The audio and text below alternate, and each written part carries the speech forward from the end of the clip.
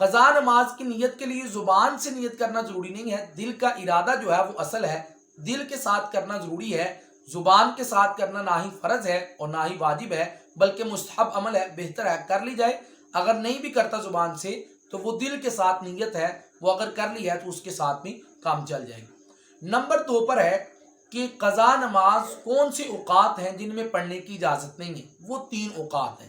ان میں سے سب سے پہلے طلوع شمس، طلوع آفتاب کا وقت، اس میں نہ ہی قضا نماز پڑھی جائے گی اور نہ ہی ادا نماز پڑھی جائے گی۔ نمبر 2 پر ہے زوال الشمس، نہ ہی زوال الشمس کے وقت قضا نماز اور نہ ہی ادا نماز پڑھی جائے گی۔ اور نمبر 3 پر ہے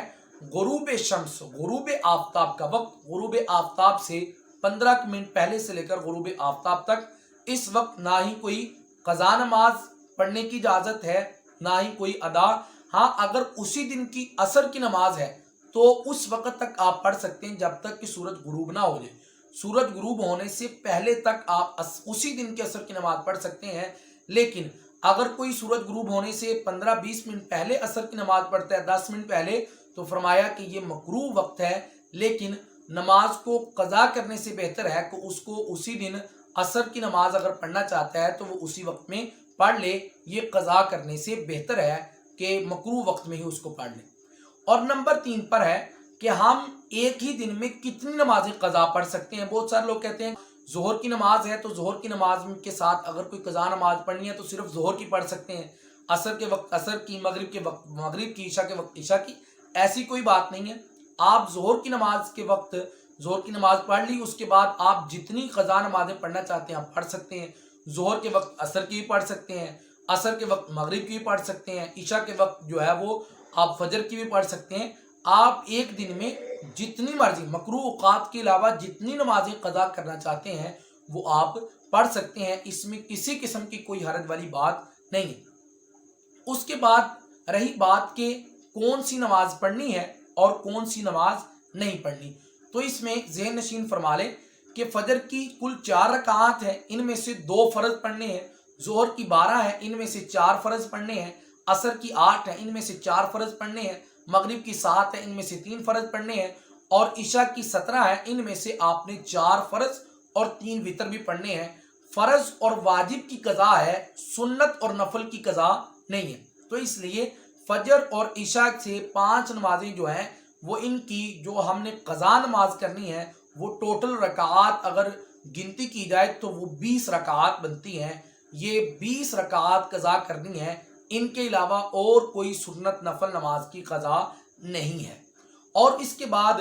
رہی بات یہ کہ علماء کرام نے جو تخفیف بیان کی ہے یہ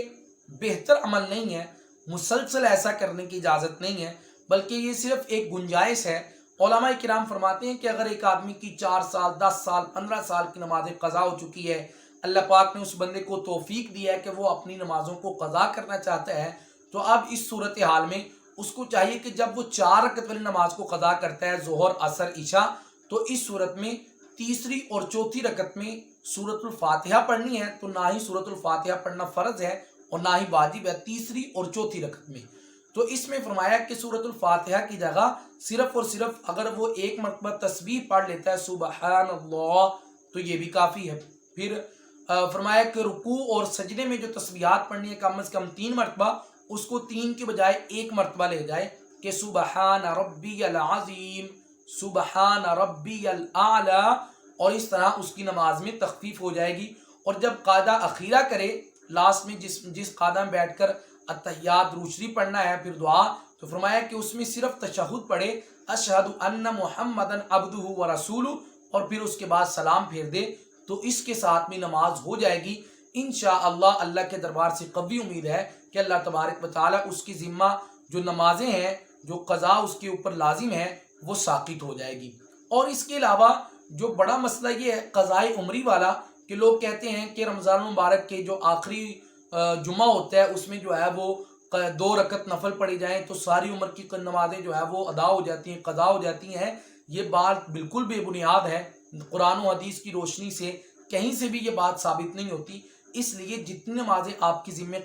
واجب ہیں، لازم ہے، آپ ان کو قضا کریں گے تو قضا ہوگی، وگرنہ وہ قضا نہیں ہوگی۔ مجھے امید ہے کہ آج کی ویڈیو میں انشاءاللہ عز و جل آپ تمام احباب کے بہت سارے مسائل حل ہو چکے ہوں گے۔ اگر آپ کو یہ ویڈیو اچھی لگی ہے تو اس ویڈیو کو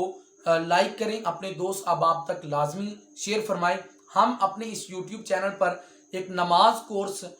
چلا رہے ہیں، اگر آپ اس ہمارے نماز کورس کو جوائن کرنا چاہتے ہیں تو آپ سے ریکویسٹ ہے ہمارے اس چینل کو سبسکرائب بھی کریں۔ ملتے ہیں نیکسٹ ویڈیو میں، تب تک کے لیے السلام علیکم ورحمۃ اللہ وبرکاتہ۔